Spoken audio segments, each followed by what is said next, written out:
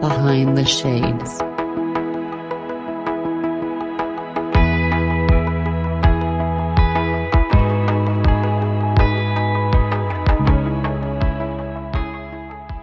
From October to about the end of the year is all about family, right? You have Thanksgiving, you have Remembrance Day, you have holiday season, then you start the new year, and the new year is supposed to be like new year, new you, and new relationships, right? Yep. And if you're someone that doesn't have anyone, if you're someone that, let's say you lost a family member, Mhm. let's say you had a divorce, let's say your relationship ended after the summer and you've been single this entire time, right? Or take it back 2, 3 years ago. Imagine when it was the lockdowns and you couldn't have anyone Yeah. over. And you look at it as you're in your home, which is supposed to be a place of love. You look to your left, you look to your right, and there's no one around you to share love with. There's no one around you to share what the commercials are telling you, what Facebook is telling you, what Yeah. Instagram is telling you, what TikTok is telling you. There's no one to dance to All I Want for Christmas from Mariah Carey. There's no one around you to share these things with. And there's this joke how Valentine's Day has been renamed Single Awareness for those who don't have someone. Oh, I like that. Right? Right. You like that, right? There's even a green That's ring good. where you can wear that shows that you're single. We'll talk offline about that. And Okay. and instead of a day signifying you are single, imagine a whole month showing that, hey, everyone around you has a family member or a family to celebrate with, and you're all alone.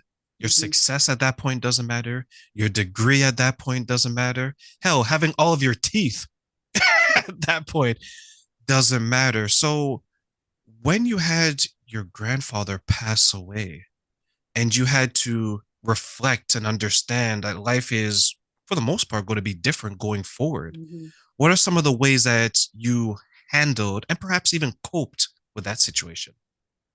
Yeah. So, like I said, he had a long battle with cancer. And at this point, he had been in the hospital for a really long time. And he had been having treatment and everything for several years. And so, we'd been going through, okay, well, grandpa's going to do this treatment now. He's going to do this treatment now. So, I feel like one, I don't want to say good thing about cancer, but one good thing about cancer is that most of the time you do have a long time to adjust. And the thing about my grandfather, especially that grandfather, was he was a preacher and he was also a funeral director and a mortician. And so we grew up talking about death very differently from a lot of people. We talked about death as oh, this community came and had a really cool celebration of life, or this community came and had a really somber, very religious, heavy service for this person. And it was so cool to see these differences. So we grew up, I mean, hell, I grew up with going to Sonic, getting a bag of burgers, going to the funeral home where my grandfather was working, and having a meal with him while he was preparing not while he was preparing a body, but like he would come out from the from the area and we would sit down and have a meal together at the funeral home. That was normal. And so we grew up very differently, thinking about death, talking about death, just generally being around death was not weird for us. And so at the end of his life, we had a lot of really cool conversations with him about, okay, well, what do you want to have happen when you die? And that's something that I think a lot of people don't wind up doing. And I'm kind of turning this into very much a death positivity spin now for some reason. But I think that it's really important to talk with your loved ones about what you want to have happen when you die, so that they don't have to make those decisions for you. Those are really hard things to go through. I've been when my former mother-in-law passed away, she died to a form of blood cancer. And when she passed away, we didn't have a lot of those conversations with her. It was very different. And I wound up kind of leading the funeral planning and making those decisions because the family was so paralyzed about, we don't know what to do next. And I'm like, okay, fine. Like, here's the next thing to do. Here's the next person to call. But with my grandpa, it was really easy to say, what do you want to have as your celebration of life? What would you prefer in this case? What do you think's going to happen to you when you die in the next coming weeks, years, months, whatever it is? So we were able to have a lot of these really, first of all, philosophical conversations that were really cool. And then second of all, these really tangible things and kind of talk through them.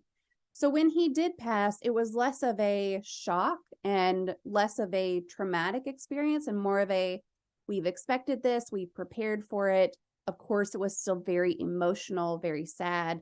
And everyone was very much reflecting on different things. And for a lot of us, it was just like, even though we'd had all this time to prepare, it was still this whoosh of, wow, he's gone, and that moment of, my life is different now.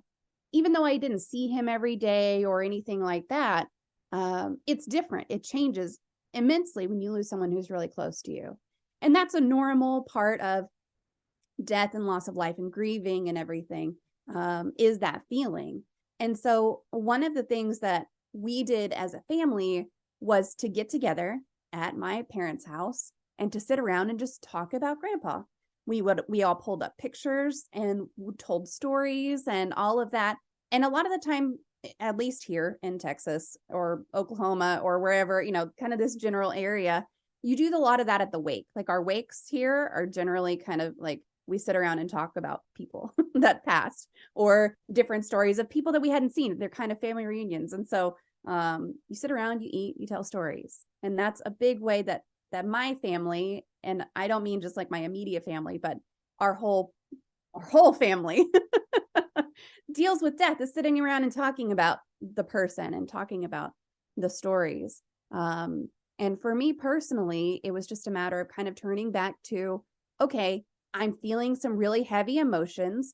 I'm feeling really sad. What do I need to do right now? Do I need to sit and have a good cry? I cry all the time. I got a box of tissues right here. There's like 3 boxes of tissues in the living room in different areas. There's tissues in the kitchen. There's tissues. I just cry. I'm a crier. Okay. I just cry. So it's like, do I need to sit and have a little cry? Do I need to watch something happy? Do I need to watch a comedy show?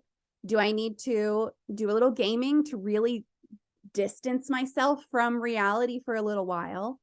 Do I need to read a book? Again, that's another like distancing technique that I rely on pretty heavily, is reading. And so it's just a real combination. And then lots of hugging my kids. So much hugging my kids. Like I hug them all the time anyway, but you would not believe how many times I would just like pull them in and hug them real quick. And they'd be like, Mom.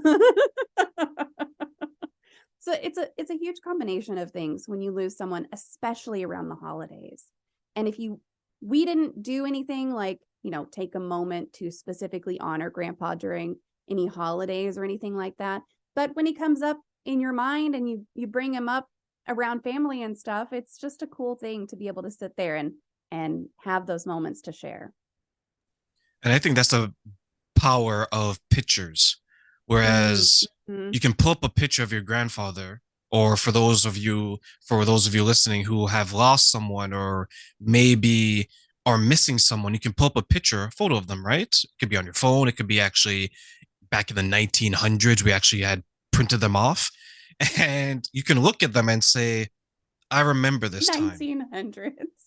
Well, we're all born in the 1900s, right? So it could be something along those lines. And the way I look at death is you go from the physical state, whereas you and I, let's say today, and you transition into a more spiritual and, let's say, mental and emotional state of mind, because you're remembered in people's memories, maybe in their tasks of their day-to-day activities. So for example, if I were to pass away, or if you were to pass away, since we're both in this industry, we would go from the physical to existing through our art, our podcasts, our interviews. That will live on, and that will still communicate who we were, who we are, what we stood for, what we represented. So when I coach people and I share that with them, it's my way of letting them know that you may not be able to see the person. You may not be able to physically touch the person, give them a hug, but they still exist as long as you want them to exist. Right? And that's the beautiful thing about a memory.